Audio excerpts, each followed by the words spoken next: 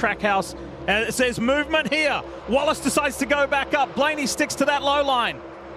It was announced today that Connor Zilic will be racing full-time in Cup, and there's a big one here.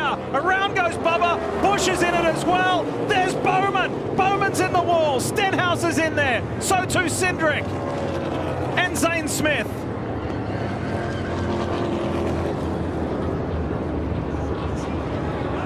Is it going to be this kind of night? I mean, it has gotten wild already.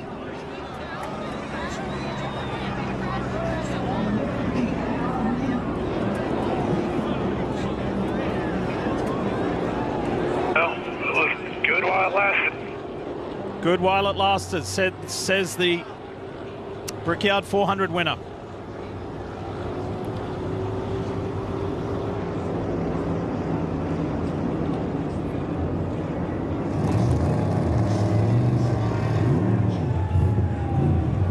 Oh boy.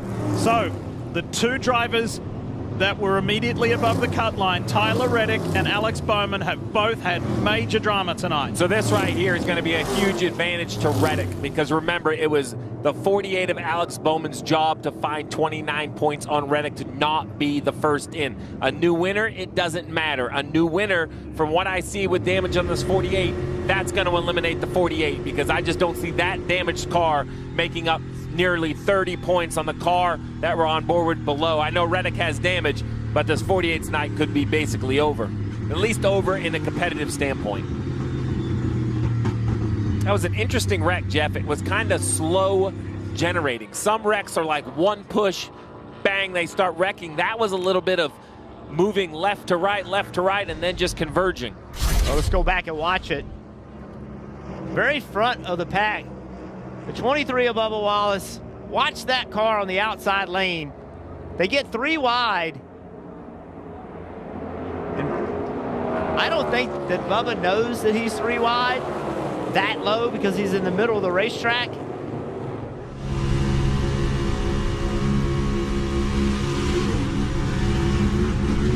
Toyota on board for Bubba. I'm with you.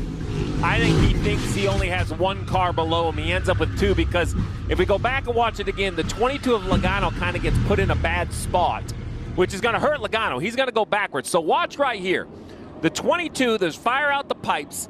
The 8's going to get to the bottom. The 5's going to be outside. Now, if we freeze it right there, the 8's bottom, the 22's middle, the 23's top. But Bubba Wallace is in what would be the middle lane of the racetrack. As we roll it forward, I don't think Bubba knows he's 3 wide top because of where he is on the racetrack. He starts moving left, and then Kyle and Logano Logano has nowhere to do. He's out of the gas, and that's it. The 23 comes across the nose of the 22. But I'm with you, Jeff. I'm just not sure the 23 of Bubba Wallace has any idea there are 2 cars below him while being in the middle of the racetrack. And of course, it's at the front of the pack. So now all of these guys that had nothing to do with the wreck whatsoever, they come piling into it with nowhere to go. Big left side impact on the 2 car of Cindric.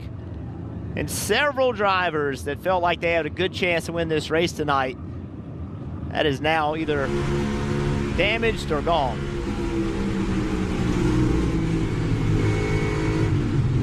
The Maytag on board here. Oh my goodness. That is exactly what it's like. He felt like he was going to roll right through it, and the next thing, there's a car sitting in the middle of your hood. Here's Alex Bowman's view.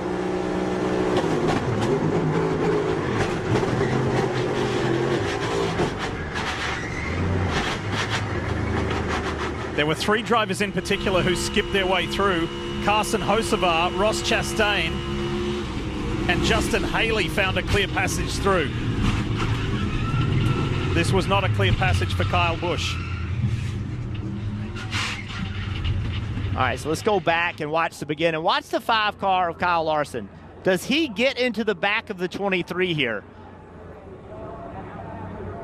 Trying to push him forward.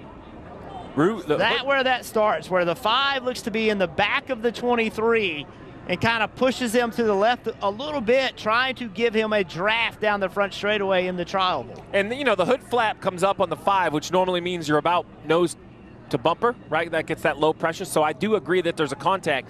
And now it sounds crazy, but we've all done it. You know when you like drop a tire off and you can't pull the car back on the interstate? That 23, once that left rear catches the car next to him, it pulls him into it. Like, massive moment.